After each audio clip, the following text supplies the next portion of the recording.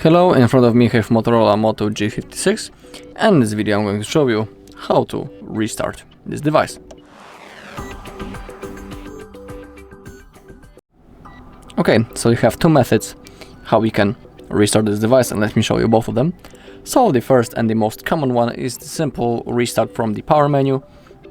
To do it we need to open up the power menu, of course.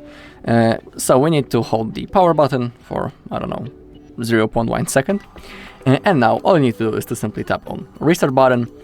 Then your screen will go black, and within a few seconds the phone will be turned on automatically and ready to use again.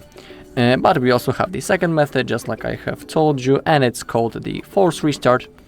And this method is recommended, for example, when the phone is unresponsive, when it's lagged, frozen, and in that kind of situation. So to force restart this Motorola, we need to hold the power button and the volume up button at the same time. So simply keep on holding.